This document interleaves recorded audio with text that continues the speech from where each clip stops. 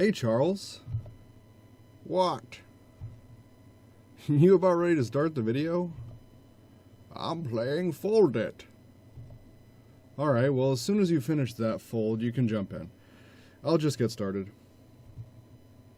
You're so generous with me. Who said I wanted to make a video today anyway?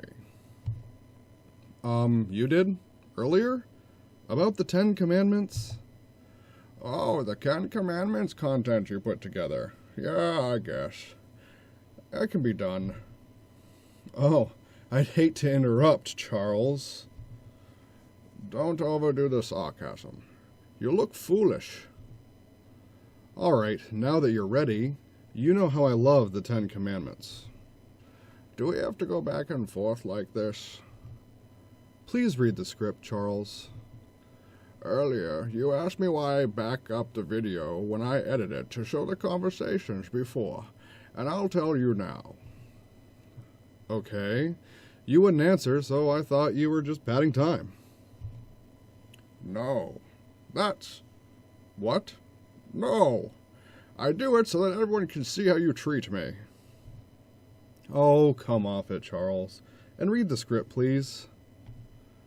Since you said please. So, you know how much I love the 10 Commandments? Why, yes, I do. You don't have to... Never mind.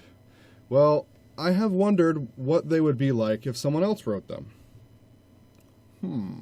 Like who? Well, here is what they might sound like if Ken Ham wrote them. Commandment number 1. Thou shalt have no other ideas before mine.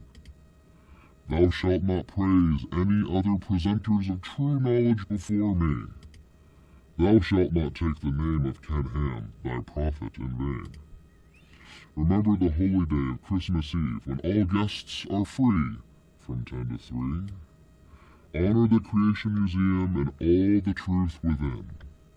Thou shalt not have commandment over thine own bodies to murder thine children. Thou shalt not commit adultery against creationism. Thou shalt not steal marriage from a man and a woman. Do not lie about science.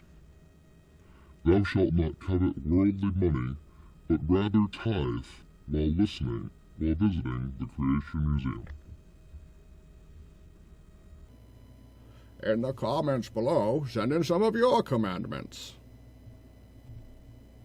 We're familiar with the first 10 Commandments. Thou shalt have no other gods before me. Thou shalt not make unto thee any graven image. Thou shalt not take the name of the Lord thy God in vain. Remember the Sabbath day to keep it holy. Honor thy father and thy mother. Thou shalt not kill. Thou shalt not commit adultery. Thou shalt not steal. Thou shalt not bear a false witness against thy neighbor. Thou shalt not covet. But what about the second set? After Moses threw the tablets down and broke them, he conferred with Yahweh, and Yahweh told him that he must ascend Mount Sinai with 2 more tablets, and he could write them again. Yeah, Exodus 34 actually states, the Lord said unto Moses, Chisel out 2 stone tablets like the first tablets, which you broke. Be ready in the morning, and then come up on Mount Sinai. Present yourself to me there on top of the mountain. No one is to come with you or be seen anywhere on the mountain. Not even the flocks and herds may graze in front of the mountain. That's what I just said. I know. Don't you want to read off the second set of commandments? Sure. Don't make metal images of gods. I submit to you, bronze Jesus. Don't fail to observe the festival of thin bread in the month of Abib. Obey me and eat bread without yeast for 7 days during Abib, because that is the month you left Egypt. This is the month of July. I guess just don't eat leavened bread during that festival in July? The firstborn males of your families and of your flocks and herds belong to me. You can save the life of a firstborn donkey by sacrificing a lamb. If you don't, you must break the donkey's neck. You must save every firstborn son. In place of that firstborn donkey, you can sacrifice a lamb. So, murder is commanded in order to save a life? Ritualistic sacrifice. Yahweh is obsessed with firstborns. I don't feel I need to elaborate more here.